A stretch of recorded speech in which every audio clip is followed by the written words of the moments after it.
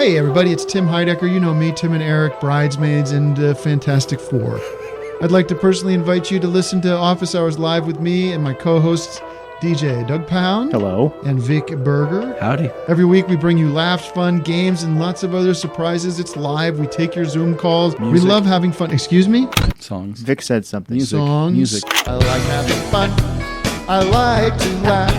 I like to meet people who can make me laugh. Please subscribe now.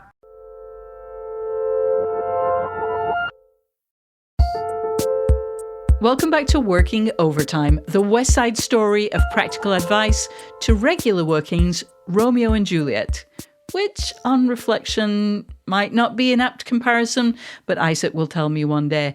I'm June Thomas. Forsooth, I am Isaac Butler. Isaac, I haven't seen you in, well, ages. What have you been up to?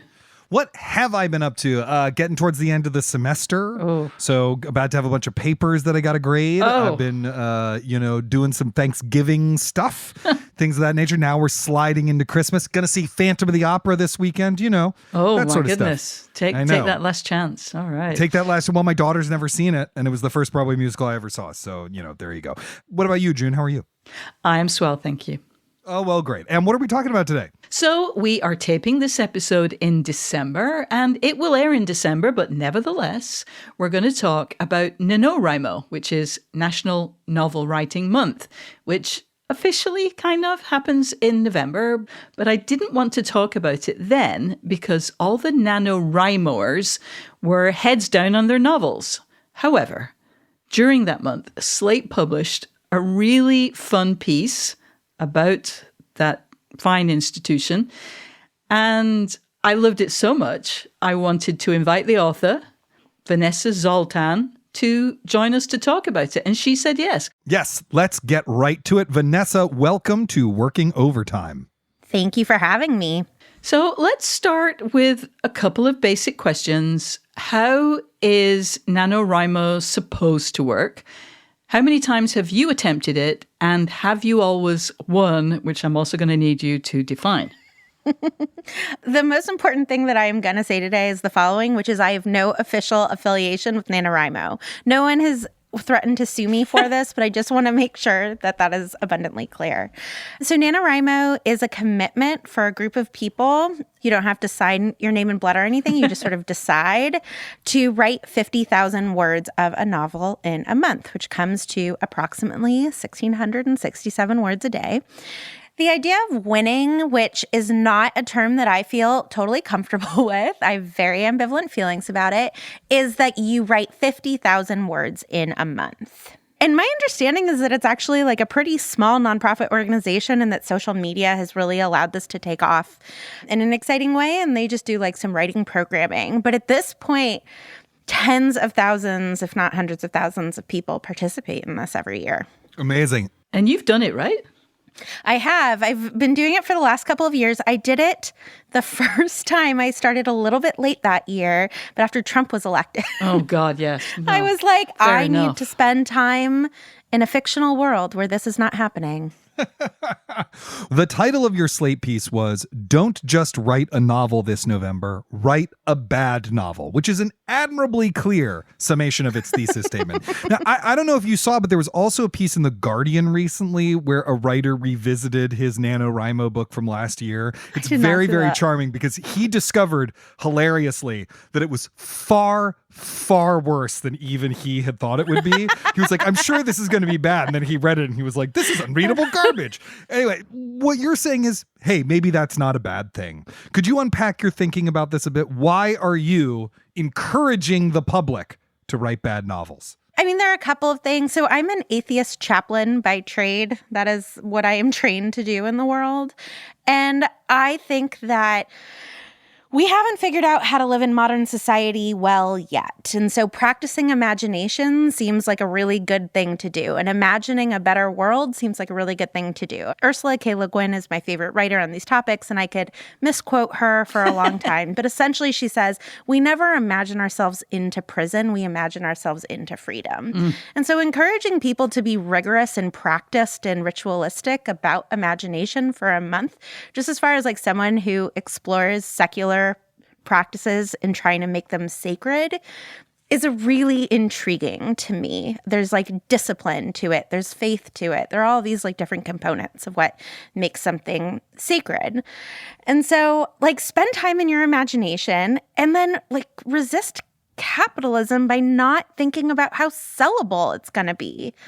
I think that over the last, I don't want to put a decade on it, but like certainly in my lifetime, my grandmother made all of my clothes and she was an incredible crocheter, and I have pillows that she hand sewed, and, you know, and she did it because she loved it. And I feel like now we do everything for Instagram and for Etsy, and we're just training ourselves to commodify every single thing that we do. And I think it's really great to have somewhere to practice not doing that. And this goal is so ridiculously ambitious that, like, you could try to commodify it eventually, but not if you just do it over the 30 days. Yeah. So, Vanessa, I just want to be clear. Like, so you're a writer. You're a writing teacher. You're an incredibly engaged reader. I know you're not actively pulling for junk to be created and put out into the world. So, like, talk more about how you balance your dislike of, you know, the commodification aspects of NaNoWriMo with your love of quality writing. Like, well, don't try to put it out into the world, right? Okay. Like, and I just think it's okay to do some things just for ourselves. I think as soon as you try to put it out into the world, even in the fan fiction world, which I am a huge like advocate for fan fiction, I think that the standards have to change. But if you are doing it entirely for you, you know, especially the class that I'm teaching in conjunction with NaNoWriMo is about writing a romance novel. And so we want people to be exploring their sexuality and exploring what turns them on and what they think like radical love is and what a happily ever after could look like, including, you know, my favorite Regency romance novel, a man changes a law so his wife can own his own business, right? Like, I want big imagination time, but I think a second draft and a much more rigorous draft has to happen if you're going to put it out into the world. Yeah, you know, as you mentioned, you've won NaNoWriMo I have. some number of times, although, as you already also said, that's a term you obviously have some ambivalent feelings about. Does doing NaNoWriMo feel different from other writing that you sit down to do? You know, what's the personal experience for you like of having to, what is that? That's about 1,500 words a day for a month? 1,667. Okay, there you go. Sorry, 1,600. Thank you. What for you is the difference between, you know, sitting down to write the piece you wrote for Slate, for example, versus, okay, I've got to hit my 1,667 words today? Well, the big one is that it can be really bad. We actually have a sticker with our class called No Time for Honor. You know, one of the pieces of advice that one of our guest faculty, Michaela Bly, taught is like, if you are halfway through your book and you've realized that you don't like any of it, then write the sentence, he woke up from a dream and realized none of that was true, and start over.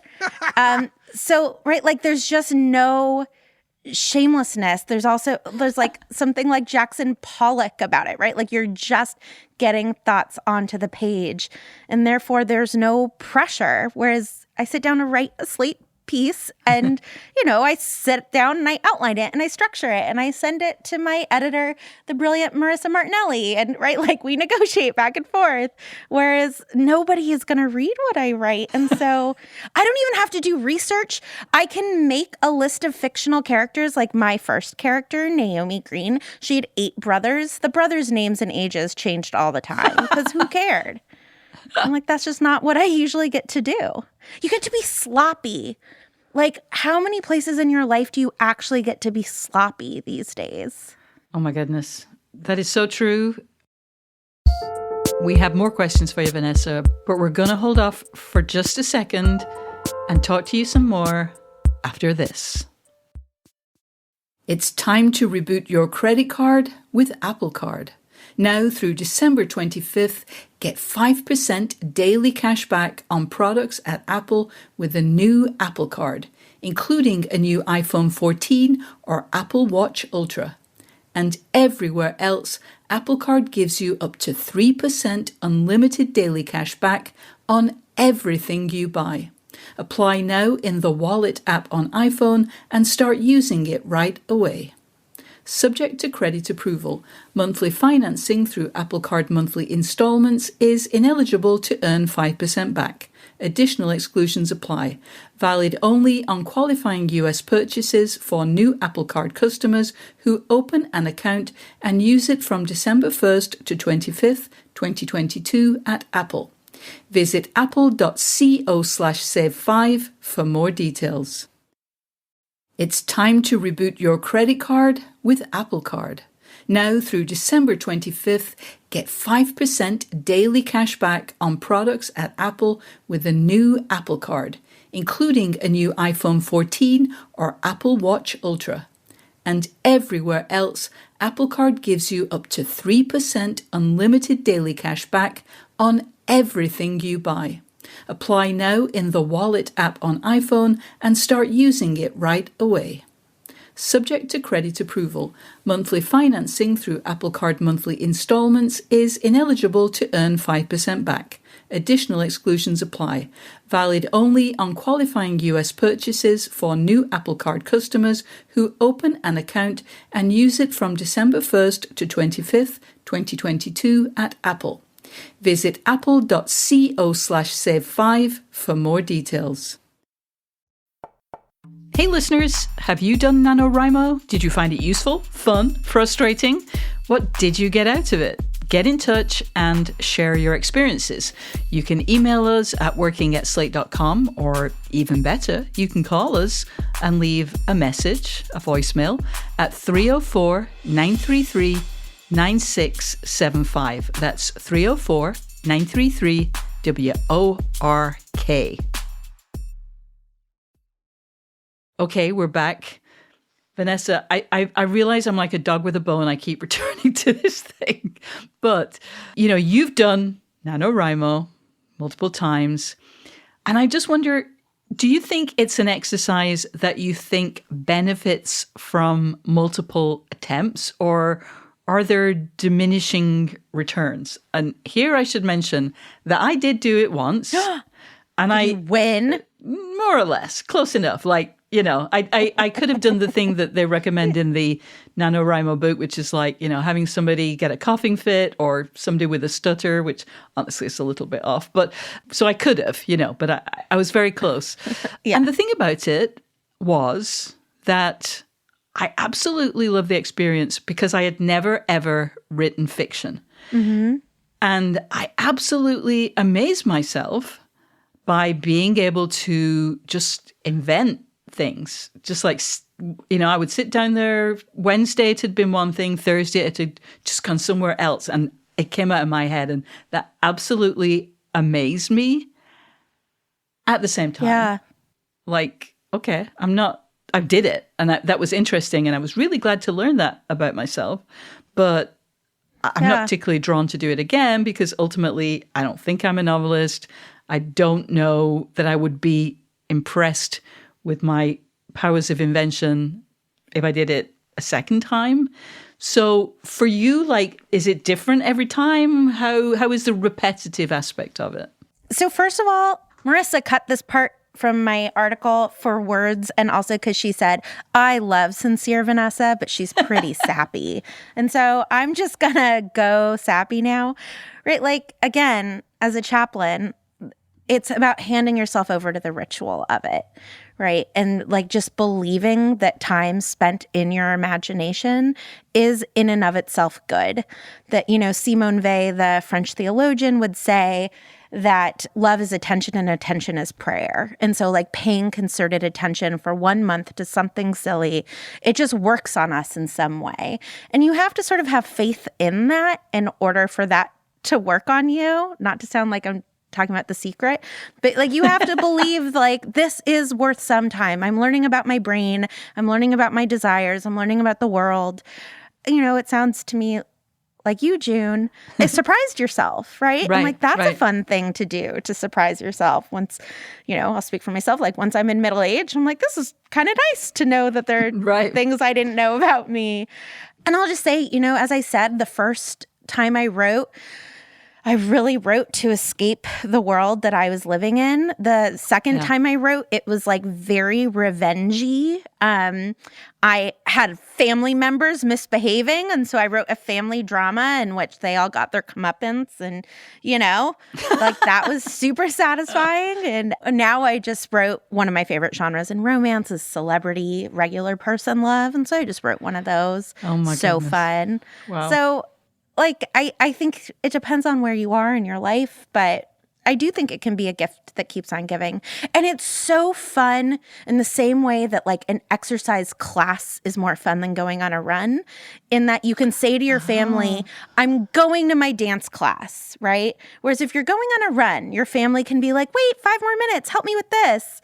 But if you're like, okay, I'm going for my hour and a half of writing time, month of November, leave me alone. People they respect that more. Wow. Vanessa, in your Slate piece, you mentioned that in a romance writing workshop you co-teach, you tell your students, just keep typing. Yeah. Why? What is the matter with editing as you go? Well, so just keep typing or just keep writing, right, comes from a lot of things. But Julia Cameron talks about it in her book, The Artist's Way. I'm not a big user of The Artist's Way, but there's this belief in morning pages that we can just unlock ourselves by continuing to write. And so if you just keep writing, my name is Isaac and I am bored, my name is Isaac and I am bored, eventually you'll be like bored, boring, right? Like you're going to get yourself through it. And again, it's just about like belief that you're not going to be stuck in something forever, which I feel like that's what despair is, right? Like that's Dante's first level of hell, is the idea of being stuck somewhere forever. And so by keeping going, you're proving to yourself that you never get stuck anywhere forever, and that eventually you will stop typing Isaac is bored and instead, type Vanessa is boring, which is mean, Isaac. I don't know why you would go there. Yeah, I'm really sorry about that. I'm sorry about that. It just hit me, It's where the words took you. Yeah. I understand. Yeah. So I have one last question about Yes. NaNoWriMo itself. As we've established, there are not a lot of rules.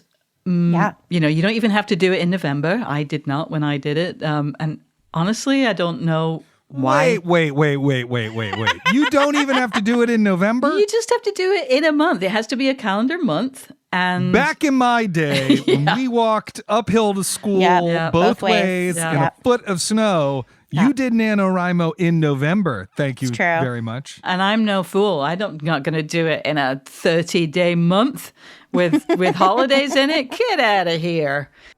Wow. But smart. June is an overachiever and was like, fuck y'all, I can do it in February in a non-leap year. do it, baby. Yeah. You see right through me. I do. But you do have to do it in a calendar month, whether that is November or February. Do you think that time constraint is actually useful? Oh, absolutely. Otherwise, you're just writing a novel and you fall into the despair of trying to make it good. And, and that's a whole other thing. But, we actually really resist in our class using the words first draft. It can be a first shitty draft that then you turn into a good second draft. But it doesn't have to be a draft. You can write this and trash it. It's, again, it's about the process of engaging and playing in your imagination and practicing being happy in a space where you're not going to commodify it. It's just for you. No one's going to judge you, right? Again, I think it's just more and more important in a time of social media where we are constantly curating for external approval to do something that other people would hate. Yeah. But what if you live for approval? I mean, what if outside validation is all you have? What if it's, Yeah. Then I hope you have a golden retriever and don't do NaNoWriMo. So we're going to talk a little bit more about all of this after these messages.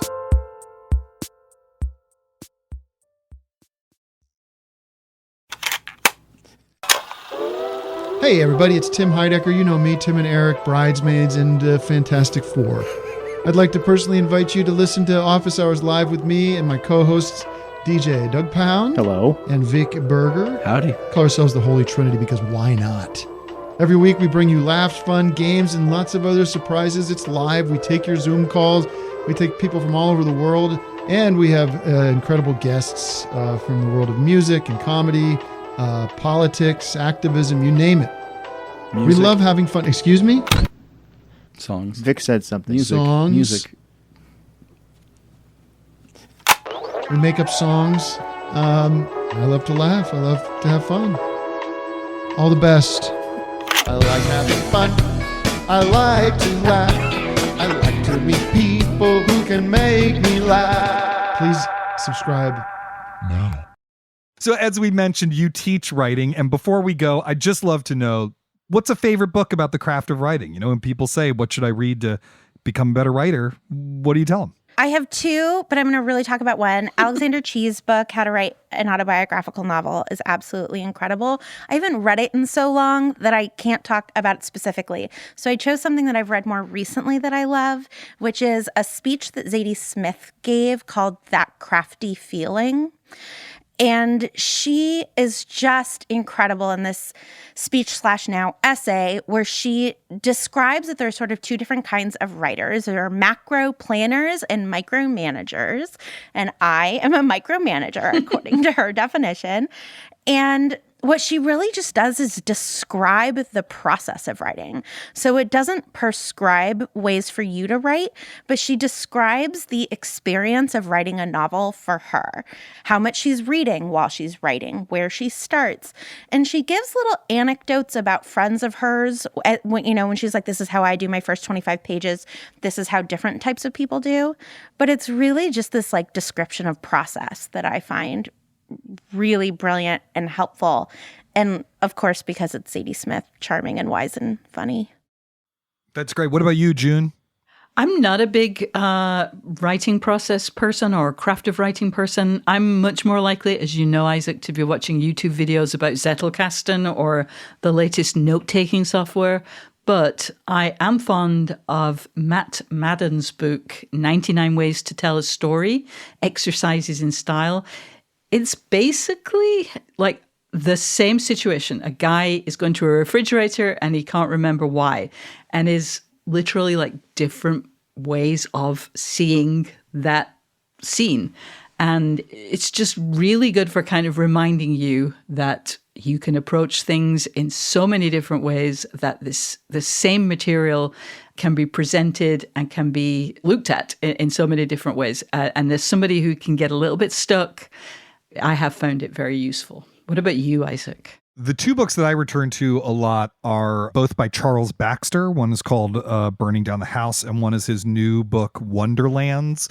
Charlie was actually one of my mentors in graduate school. And so now that he's retired, it's the next best thing to studying with him. Both of them are collections of essays, each one talking about a sort of peculiar craft thing in fiction that makes fiction work. They're incredibly generous. It's not really prescriptive. It's much more descriptive. So, a good example is in Burning Down the House, he has an essay about, what he calls talking teapots, which is like when objects are reflecting the emotions of a situation because people can't, then the kettle boiled. It's like, well, why does that happen and what's going on with that? And in Wonderlands, which collates together a lot of stuff that he's taught in a bunch of forms, including lectures that you can look up on YouTube and essays, and actually a seminar in plot that I took with him forms the basis of a lot of the stuff in there. It's just filled with all sorts of wonderful things about how plot works and what plot can do and aspects of the plot and the novel. They're both really beautiful collections. They're wonderful pieces of writing as well as very wise about writing itself. Can I add one? I'm so sorry. No, sure, do it. Go for it. We're maximalists here. Yes, I am in my whole life. This one lives on my desk, and I cannot believe that I didn't mention it. It's called Save the Cat Writes a Novel. And it gives you, everyone knows Save the Cat, right? It's a screenwriting book that tells you how to write a script. This brand, Save the Cat, did a novel writing one.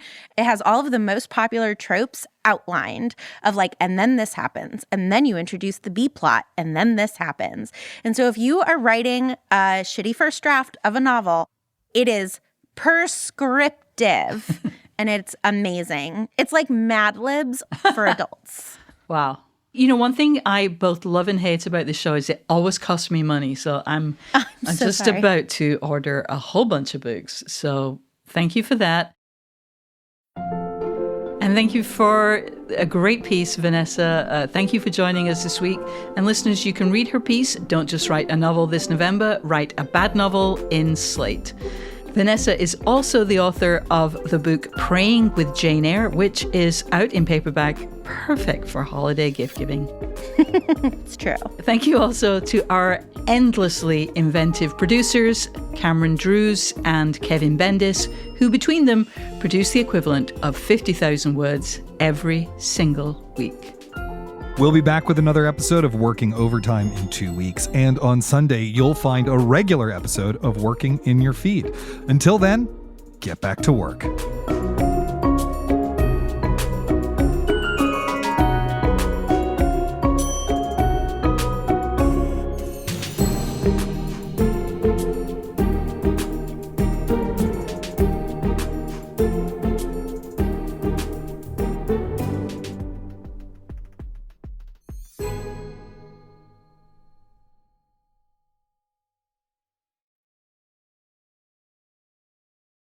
Hey everybody, it's Tim Heidecker. You know me, Tim and Eric, Bridesmaids, and Fantastic Four. I'd like to personally invite you to listen to Office Hours Live with me and my co-hosts, DJ Doug Pound. Hello. And Vic Berger. Howdy. Every week we bring you laughs, fun, games, and lots of other surprises. It's live. We take your Zoom calls. Music. We love having fun. Excuse me? Songs. Vic said something. Music. Songs. Music. I like having fun. I like to laugh. I like to meet people who can make me laugh. Please subscribe now.